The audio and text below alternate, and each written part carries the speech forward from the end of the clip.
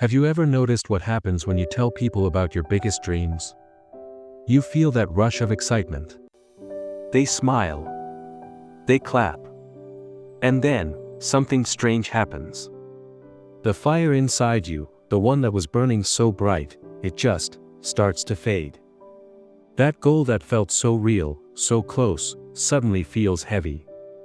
You lose the energy to even take the first step. In a peaceful town, nestled among green hills, there lived a young man named Mark. His mind was a constant whirlwind of ideas. One morning, he'd wake up determined to start a business. By evening, he'd be dreaming of becoming a writer. The next week, he'd be planning to learn farming. His heart was in the right place, but his actions never seemed to follow. Mark had a habit he just couldn't shake. Every time a new idea popped into his head, he'd rush straight to the town square. He'd gather anyone who would listen. Bursting with enthusiasm, he'd announce his latest plan. "Friends," he'd declare, "I've decided to open a tea stall, right in the heart of town. Everyone will love my tea. I'm going to be famous." The crowd would cheer. They'd pat him on the back. "Mark, you're so ambitious. We believe in you," they'd say. Mark would walk home feeling like a champion.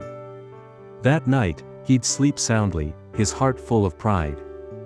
But when morning came, something was different. The excitement was gone. The tea stall suddenly felt like too much work. He'd tell himself, maybe tomorrow. But tomorrow never came.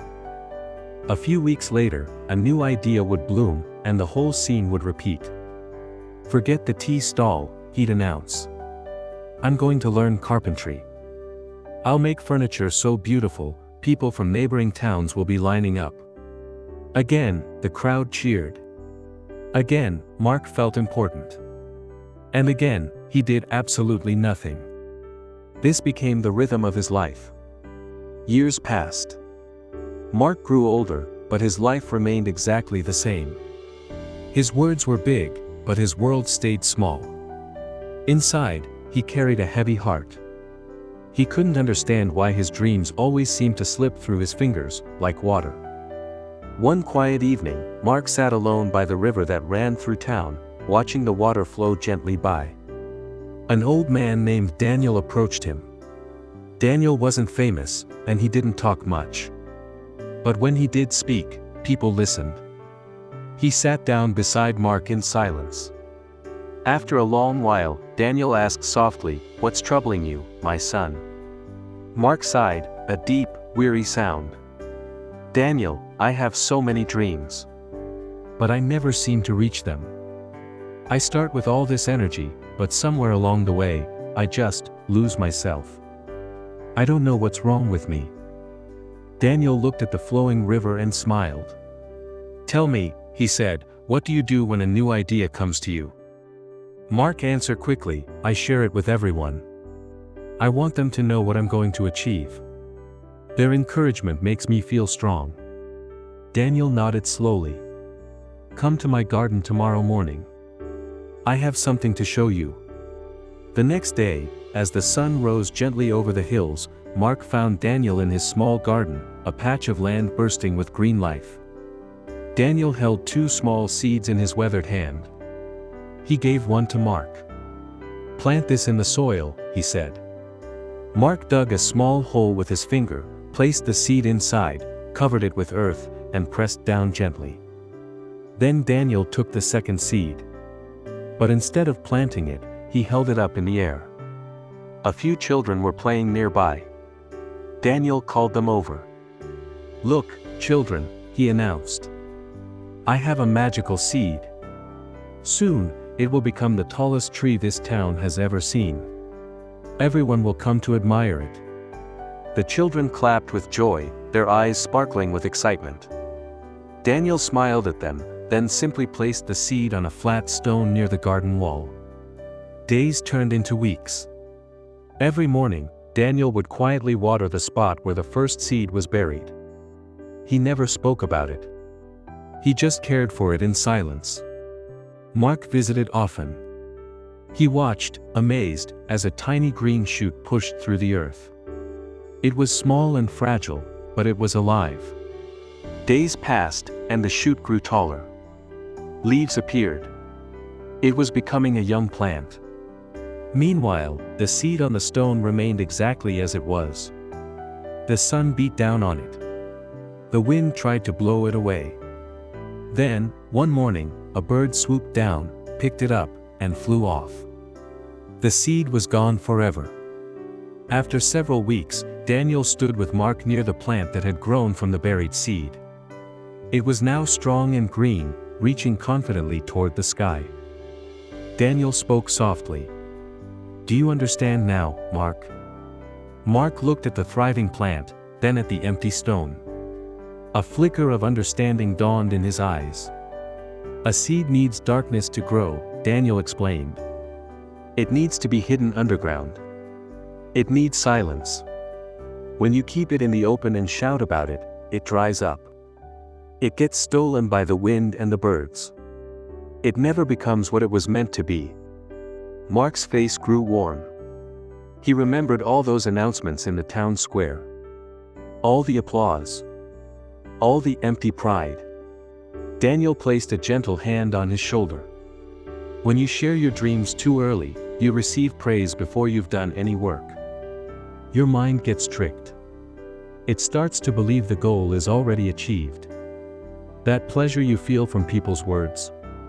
It replaces the effort you need to put in. Your energy leaks out through your mouth, instead of flowing into your hands. Dreams are delicate in the beginning. They need protection. They need the quiet soil of your labor." Mark stood silently, letting the words sink deep into his heart. That night, Mark made a decision. He would try something different. He chose one small goal. He would carve a wooden spoon. Just a simple spoon. He told no one. Not his friends.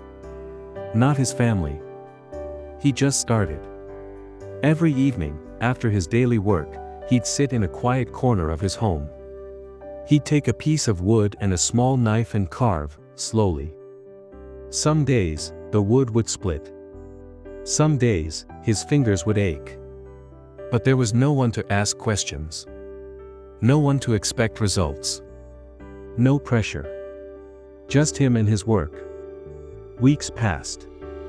The spoon began to take shape. It wasn't perfect, but it was real. He made mistakes and learned from them. He just kept going. When the spoon was finally finished, he held it in his hands. He felt something he had never felt before. Not the fleeting pride of words, but the deep, lasting satisfaction of creation. One morning, his neighbor saw the spoon sitting outside Mark's door. "Mark, this is beautiful. Did you make this?" Mark smiled quietly and nodded. The neighbor was surprised. "You never told anyone you were learning this." Mark simply said, "I wanted to finish it first." Word spread through the town. People came to see the spoon. They were impressed. But by then, Mark had already started his next project, a small stool. Again, he told no one. He just worked in silence. The stool was followed by a small table, then a shelf, then a chair. Years went by. Mark became known throughout the region as a skilled craftsman. But he never announced his plans. He only showed his work when it was complete. People respected him deeply, because his hands spoke louder than his mouth ever could. Mark's life had transformed. He no longer needed the rush of early praise. He no longer chased the empty high of announcements. He had discovered something far more precious, the quiet joy of building something with his own hands, the peace that comes from letting your actions speak. So now, think about your own journey. How many dreams have you shared too soon, only to watch them fade away? How many goals have died because the applause came before the effort? When you speak your dreams into existence too early, you give away their power. You let the reaction of others replace your own determination. Keep your dreams close to your heart. Protect them when they are most vulnerable. Let them grow in the silent soil of your daily effort. Water them with your work, not your words. The world doesn't need to know what you're building. It only needs to see what you have built. So, the next time a big idea comes to you, resist the urge to announce it. Stay quiet. Let the seed grow in darkness. When the tree is strong and tall, everyone will see it, without you saying a single word. If this story touched your heart, please share it with someone who needs to hear it. And if you want more stories that change the way we see life, consider subscribing. Thank you for listening.